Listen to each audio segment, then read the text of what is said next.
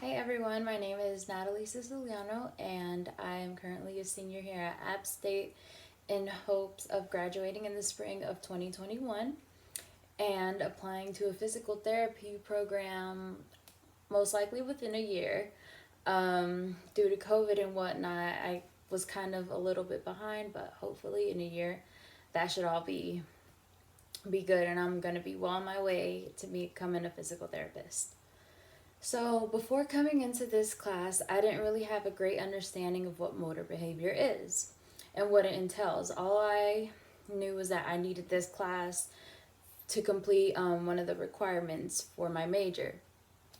And I remember during our first in class session, Dr. Batista, she asked us what field of motor behavior did we want to specialize in. And I remember I was over here panicking, like, oh no, like, I don't know, because I didn't really have like a good grasp of what exactly motor behavior was or what the three components of motor behavior was. And I didn't want to just speak out and sound dumb.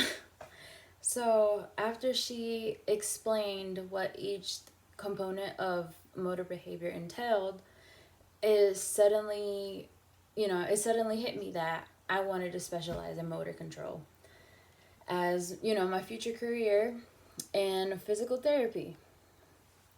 To me, motor control is how our brain perceives a stimulus and how it carries out an action based on that stimulus. Like, say, for example, um, if you're playing soccer and someone is passing the ball to you.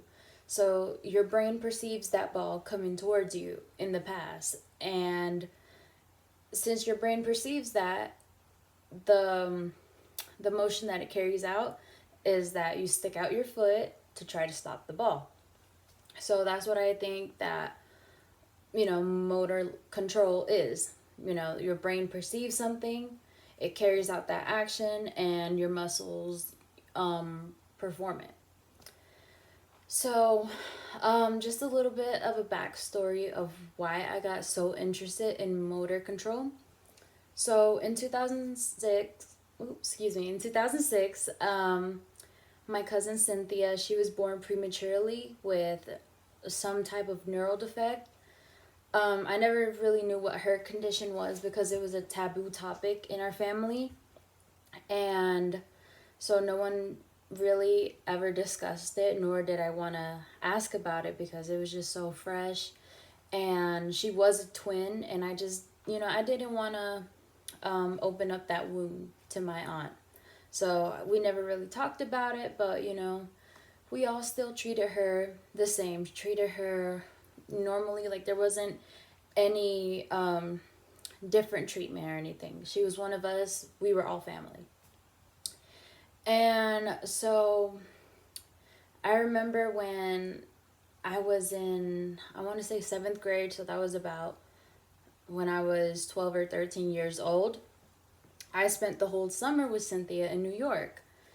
And so she would always have physical and occupational therapists coming in and out of the house for, I want to say, about an hour session, maybe 30 minutes at least.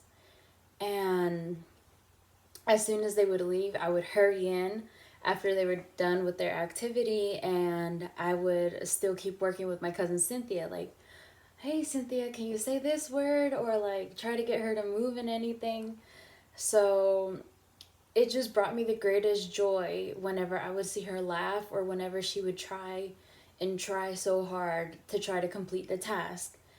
And it just it just brought me so much joy, and that's when I realized that this is what I want to do. I want to work with families that have children with disabilities, and I want to make their lives a little bit more easier, manageable, or if there is a cure out there, I want to try to find that.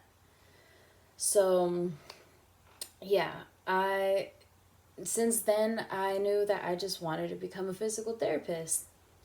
And if that plan doesn't work out, then I want to work with the elderly population, specifically those that have tremors, because again, that's motor control. You know, your brain is perceiving something and carrying out that action. And with people with tremors, there's something in their neural pathway that is not allowing them to, you know, hold their hand steadily so that they can complete tasks. So currently, I'm working as a personal care aide assistant. As you can see, I'm still in my scrubs, so I just got off of work. But yeah, I'm at an assisted living facility, and some of the residents there have tremors, and I have witnessed that although some of the residents can still eat and still can perform other tasks, they struggle a lot, and sometimes I have to, you know, come in and help them, you know, help feed them, or, you know, just do basic activities with them, because their tremors sometimes are so bad that they can't do it themselves. And so my future career, I want to know, like, why does this happen? Is there any way that it can be prevented?